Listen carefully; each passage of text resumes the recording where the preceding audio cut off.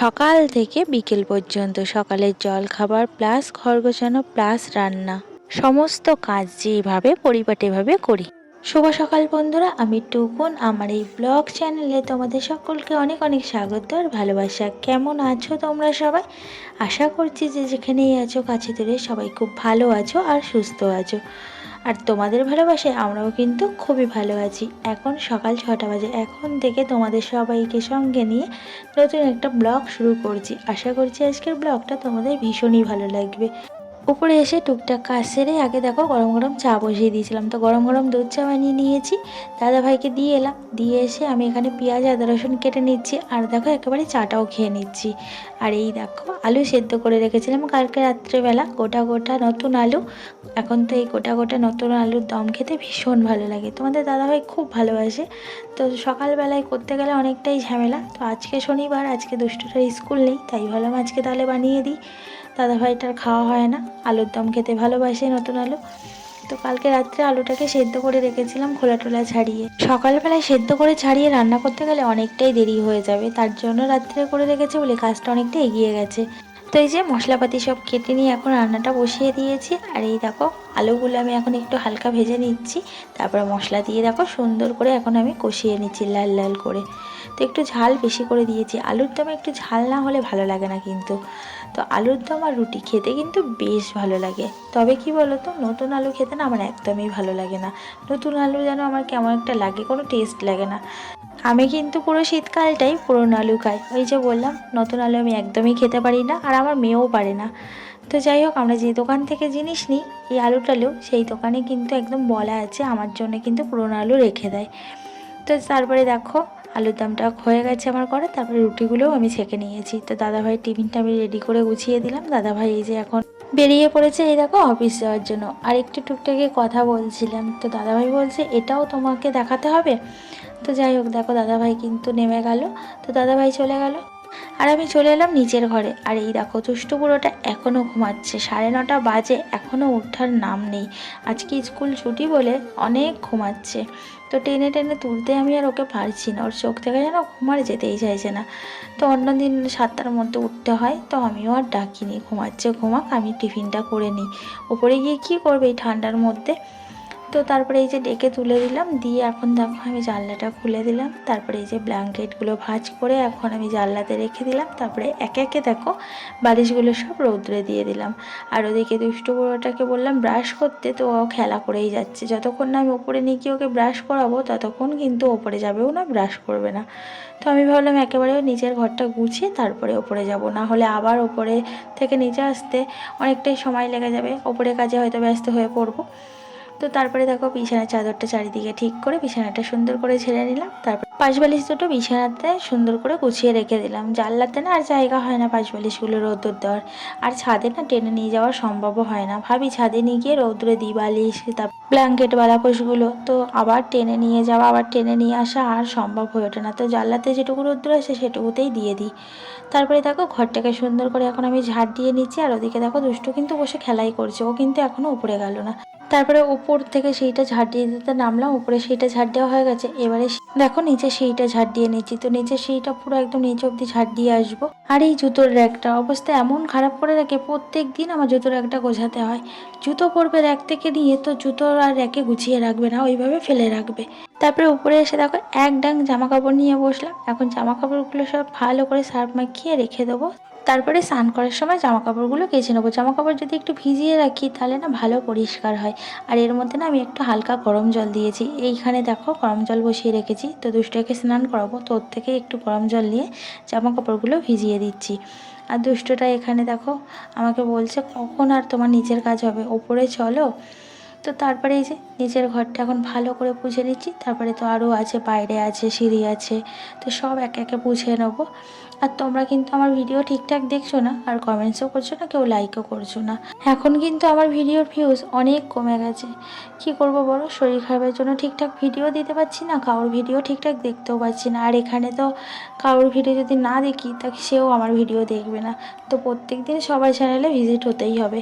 তো কী করব, আমি তো সেটাই পারছি না, তাই জন্য তোমরাও ঠিকঠাক আর আমার ভিডিওটা দেখছো না। তোমাদের কাছে ছোট্ট একটা অনুরোধ, প্লিজ তোমরা আমার পাশে থেকো এইভাবে, আর ভালোবাসা দিও। আমি তোমাদের পাশে সবসময় আছি, সবসময় থাকবো।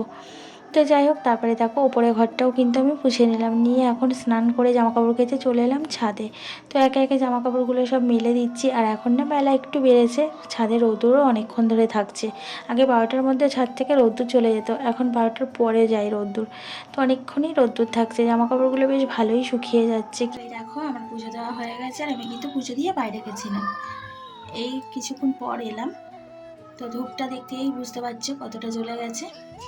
তো এখন আমি থালা বাসনগুলো তুলতে এসেছি ঠাকুরের, প্রত্যেক দিন যেমন তুলে নিই, নিয়ে জায়গাটা আমি গুছিয়ে নিই। তো চলো, তোমরা যারা যারা আমার ভিডিওটা দেখছো, তোমাদের মধ্যে কে কে আছো এরকম আমার মধ্যে একই কাজই করো? যদি থেকে থাকো কেউ, তাহলে কমেন্ট বক্সে কিন্তু অবশ্যই জানিও। তো দেখো ঘরটাকে মুছে নিলাম, তারপরে চলে এলাম রান্নাঘরে। রান্নাঘরে এসে এখন রান্না বসিয়ে দিয়েছি, আর এখন ডিম ভেজে নিচ্ছি। তো দুটো ডিম নিয়েছি, দুটো ডিম ভেজে পিস করে নেবো। তো 2 পিস করে নিলে 4 পিস হয়ে যাবে। তো তারপরে দেখো এই যে ডিমগুলো একে একে আমি ভেজে তুলে রাখলাম। মধ্যবিত্ত সংসারে সংসার করতে গেলে কিন্তু অনেক কষ্ট সহ্য করতে হয়, আবার অনেক হিসাব করে সংসারটাকে চালাতে হয়। 2 সপ্তাহ হয়ে গেল মাছ খাই না, কথায় আছে বাঙালি মাছে ভাতে। ডিসেম্বর আর জানুয়ারি এই মাস দুটো ভীষণ কষ্ট করে আমাদের চালাতে হয়, কারণ এই মাস দুটোতে ভীষণ খরচা থাকে।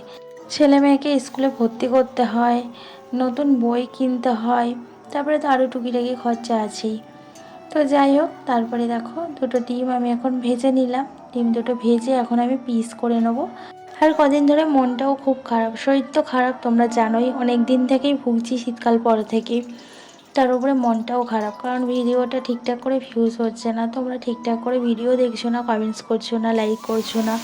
তো খুবই মনটা খারাপ। তোমরা যদি ঠিকঠাক করে ভিডিও না দেখো, আমার না একটুও ভালো লাগে না, কারণ তোমাদের সাথে কথা বলতে ভীষণ ভালো লাগে আমার। তোমাদের এই মিষ্টি মিষ্টি কমেন্টসগুলো যখন সারাদিন ক্লান্তির পর পড়ি, তখন না ভীষণ ভালো লাগে, সব ক্লান্তি দূর হয়ে যায়। তো সেই কমেন্টসগুলোই ঠিকঠাক এখন আসছে না, তার জন্য না ভীষণ ভীষণ মনটা খারাপ। তো প্লিজ তোমরা আমার পাশে আবার আগের মতো থাকো, তোমরা আমাকে আবার আগের মতো সাপোর্ট করো, ভালোবাসা দাও। শুধু এইটুকুই তোমাদের কাছে যাওয়ার, তোমরা আমাকে একটু ভালোবাসা দাও। আর এই দেখো আজকে আমি কালারিং তরকারি করছি, বেশ ভালো লাগছে দেখতে, তাই না? আর খেতেও কিন্তু ভীষণ টেস্টি লাগে। সব কিছু দিয়ে একটা চচ্চড়ি মতো করেছি। আর তো তোমরা দেখলে ডিম ভাজা করেছি, আর এই যে সকালবেলা আলুর দম করেছিলাম, সেই আলুর দম আছে। আর ভাত করেছি গরম গরম। মধ্যবিত্ত সংসারে এর চেয়ে বেশি আর কি চাই বলো? যাই হোক, তারপরে দেখো একেবারে চলে এলাম বিকেলবেলা। তো এখন জামা কাপড়গুলো তুলে নিচ্ছি, কিছু জামা কাপড় শুকিয়ে গেছে, আর ভীষণ মোটা যে জামা কাপড়গুলো সেগুলো হালকা ভিজে আছে। তো এই জামা কাপড়গুলো এখনও তুলবো না, ওই দেখো কর্নার সাইডটায় না রোদ্দুর আছে। তো এই কর্নারটায় রোদ্দুরটা যতক্ষণ থাকবে থাক, জামা কাপড়গুলো তারপরে তুলে নেবো। আর যেগুলো শুকিয়ে গেছে সেগুলো এখন তুলে নিচ্ছি। তো সকাল থেকে উঠে বিকেল পর্যন্ত আমার এভাবেই কেটে যায়। আর আজকে তো আরও দুষ্টটার স্কুল ছিল না, তার জন্য আজকে একটু দৌড়াদৌড়ি কম হয়েছে। নাহলে দুষ্টটার স্কুল থাকলে সকালে যেমন তাড়াহুড়ো লাগে, তেমন 11টা বাজতেই আমাকে দৌড়াতে হয় দুষ্টকে আনতে। তো যাই হোক, ভিজে জামা কাপড় যেগুলো আছে অল্প অল্প, সেগুলো আমি ওলট পালট করে দিলাম। আর আজকে না মনটা একটু আনন্দ আনন্দ হচ্ছে, কেন বলো তো? আজকে আমার বাবা আসবে। তো অনেক দিন পর বাবা আসবে, আর আমি তো সেই ভাইফোঁটায় গেছিলাম, আর এতদিনে এখনও যাওয়া হলো না।